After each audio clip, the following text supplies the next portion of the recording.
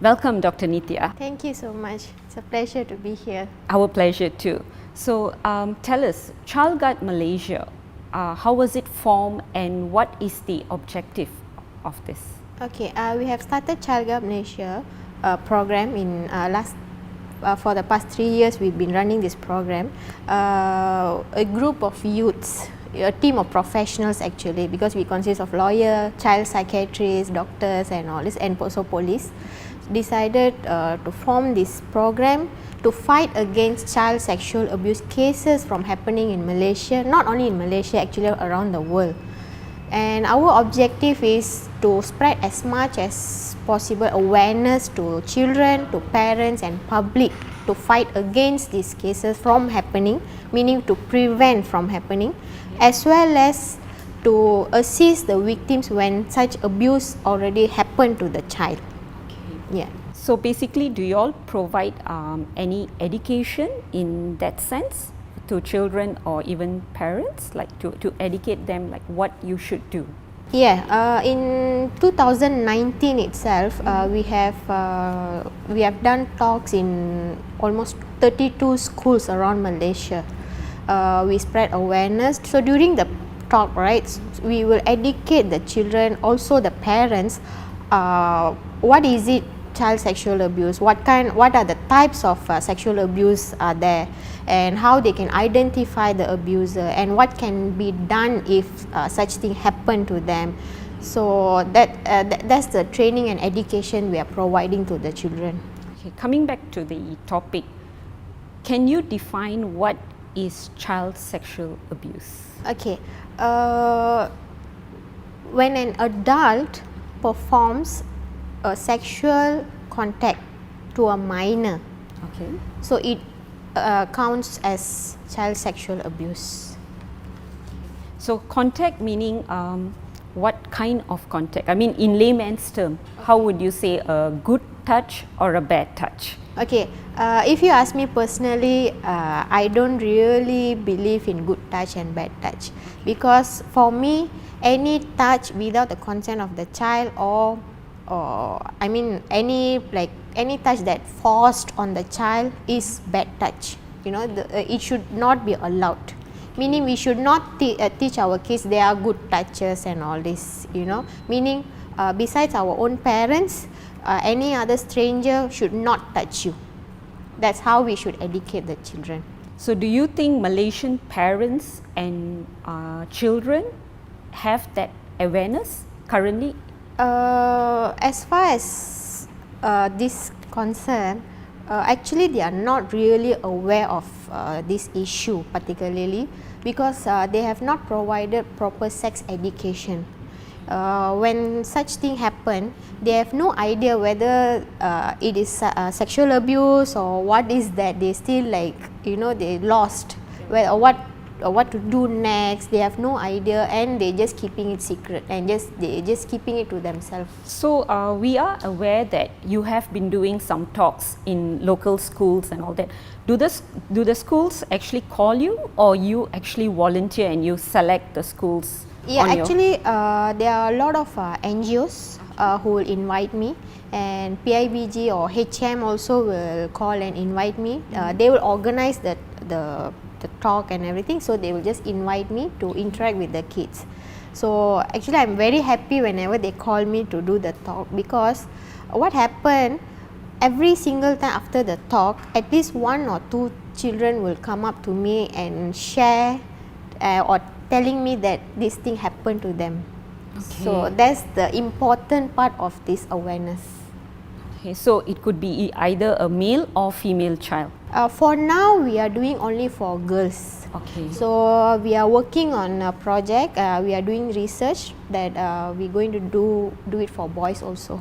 Okay, so does this only apply to the government schools, or do you all also give talks to private schools, international? To all. If you ask me, children are children. Yes, you know, it correct. doesn't matter they are from government schools. It could be anywhere.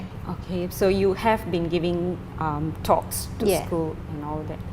Okay, so I mean, are parents as receptive as teachers? Yeah, actually, whenever we give the talk, right, actually the teachers and parents, they will get shocked because normally I will give the examples of cases that I've attended, what's happening in country and all this. They're actually not aware of such thing happening, you know. So they will get shocked, and then they will like actually respond to me, and they will really appreciate me for highlighting this issue to them, so that they will be extra alert with their children. So if a student were to experience sexual abuse, what is the first step do you think that the child should do? First, of course, we always encourage the kids to speak up. That's the first ever step they have to do. Meaning any person or any stranger that come and touch the child, they have to speak out. Meaning go and tell your mother, go and tell your parents, or anyone until they believe. So if it is someone that is in the family itself, so won't the child be afraid? Yes, that's very common, that's very natural, but that is what we are telling, educating the child, the children, to go and tell the mother. The first person that the child will look after is the mother. So then we will educate the mother also to believe your child. Okay. Yeah. So do you find it difficult in creating that awareness among mothers? Not really, because this is something that nobody have highlighted to them, nobody has spoken to them earlier. So when I give them the talk and highlight to them this issue, they actually like receiving quite good, and they are like very responsive. Okay, so do you think that children who are below 12 are more vulnerable to getting sexually abused, or above 12? I mean, it depends their maturity level also, their exposures and all this, you know. So minor in our country 16 and below. So it depends their mental state, their maturity level, like whether they can understand the abuse or not. We cannot say like a 16, you know, sometimes there will be like they will consent to the sex act, you know, meaning like when they are in relationship, but they didn't know that it's actually a rape. Okay. Yeah, so that's what we are educating them. So when they report, can they report anonymously? No, they can't, because They our can't. PDRM, they need the complainants or victims full details for the investigation purpose. Okay. So basically, after going to the first point of contact, which is the mom or father, then the next point would be the police. The police, yes, or they can reach out to their close, relatives or neighbors, anybody that they can trust, and they will help the child to go and make a report. So if besides going to the police, if they come to Child Guard Malaysia, how would Child Guard Malaysia help them in this process? Okay, no, first of all, we will calm down the victim, because they will be in trauma, they will be like panic situation and all this. So we will say, it's okay, you just remain calm, then we will help you. Meaning the next one, we will assist them to go and lodge a report. So the reporting part is very important. The content of the report is very important. The words, you know. Okay. So that's what we will do.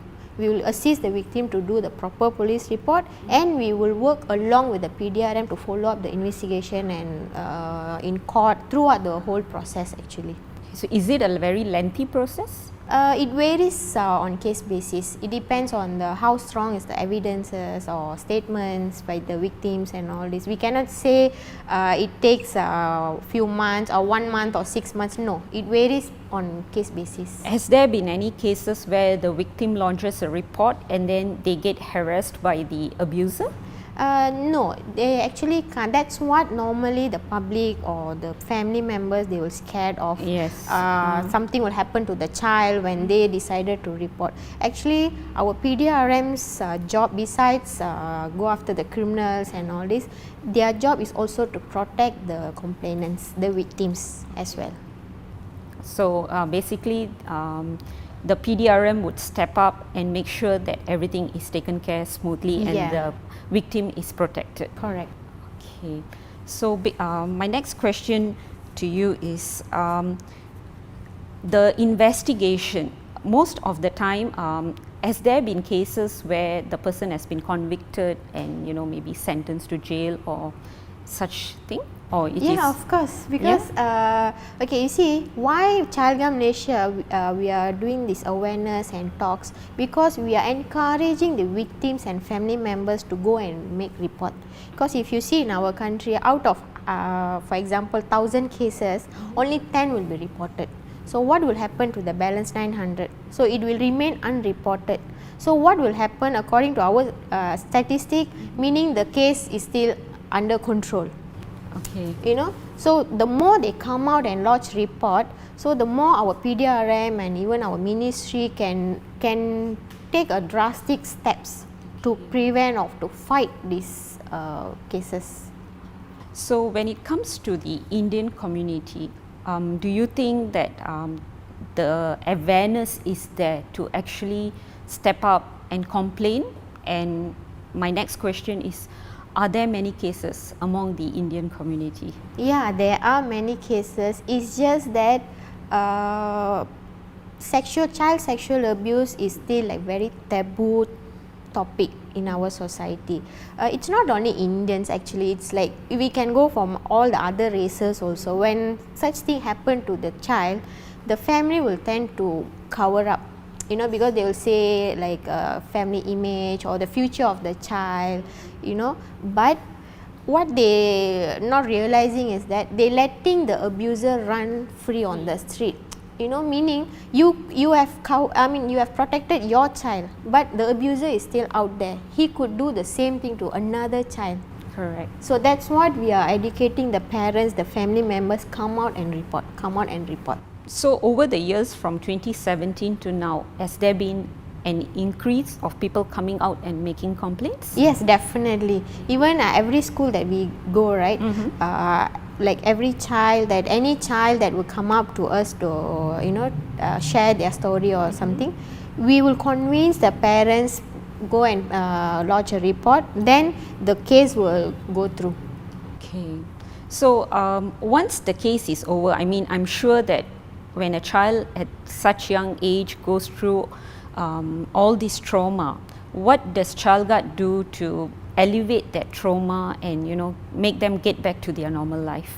Okay, like I said earlier, when the incident happened, like a rape or molestation or anything, so the child will be in very trauma situation. Yes. So first thing, we have to calm the child down, okay, and then with the family consent, we will go for the counseling session.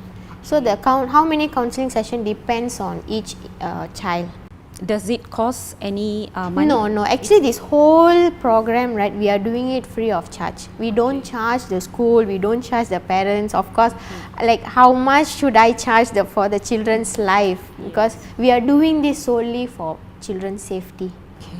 So the counseling, so it depends until the child is out of that trauma. Yes. You will have the counseling Yes, sessions. we will teach the kids. First, we will make sure the child come out from the trauma and able to live a normal life back, and also we will guide the child to have a better future and to be an inspiration to other victims. So in your experience, have you seen any child go through this? Yeah, and come out successful and the youngest victim that I'm handling right now, counseling session is going on, is a 5 years old child. Okay. And the eldest one, of course, 16 years old. And this one also actually leads to early pregnancy also, meaning they will get pregnant at early age. Okay. So we will give counseling to them, and we will make sure they become successful, in future. Actually, it's still going on. We giving them counseling time to time, like every 2 weeks once I will go and see them. Okay. So do you believe that time heals patients? Definitely, because being a survivor myself, it took me a long time and effort to come out from it, and now today I'm being a successful lawyer, and I feel it's my duty, my responsibility to safeguard these children from being the next victim. Okay. So coming to the victims themselves, I believe you did mention that besides children who are with their family, children at shelters are also exposed to this sexual abuse. Yes. Can you elaborate a bit more on that? Yeah, okay. When it comes to child sexual abuse, we can look at it two sides. One, children with proper family structure, and one, of course, in home or welfare homes or shelters. Okay, children with the family structure, of course, they are more easy to handle, meaning they have a family member to support them mentally, you know. But how about the children in shelters and all this? They literally living in that, within that four walls, you know, like outsiders, public, they don't know what's happening inside. How if the sexual abuse happen inside the shelter? Within the four walls. Within the four walls. Yeah. So that's what I'm trying my best to go in the shelter to give awareness also. So I'm proposing some, I'm giving some proposal to Kementerian, so that we can go in all the homes, you know, to the shelters to give this sexual abuse education. Have you come across any sexual abuse at the homes recently? Yeah, recently there was a shelter in unregistered welfare home in Selayang. The case is going on now. Since whenever the matter is going on in court, we should not comment on the case, but I can brief on the fact of the case where the children, the boys, they're actually being sodomized and sexually abused by the caretaker and all that. So finally somebody, you know, exposed through social media, it went viral. So I get involved, and now the case is going on and the caretaker been arrested. So the case is going on, so we are hoping for the best. So what happened to the children at that home? Actually, some of the children, they have family, they have parents actually, but the parents, they unable to, they are like financially Not not stable. stable to take care of the children, so they have left in the shelter. I So see. currently the children under the parents' care temporarily. So in terms of the government's intervention, how does the Kementerian support Child Guard Malaysia, and what are the government bodies that are actually supporting you in this? Okay, actually PDRM is doing great job. They are really supporting our cause, and Kementerian, of course, they have requested us to talk more about talian kasih. I feel quite a lot of people, even public, they're not aware of this talian kasih provided by the Kementerian Pembangunan Wanita.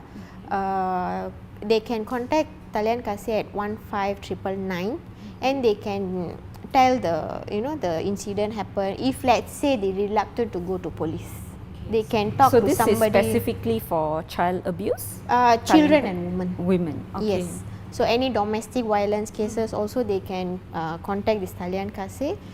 Instead of going to police first, they can contact this Kementerian, and then the Kementerian, they will guide them how to do the procedure and all this.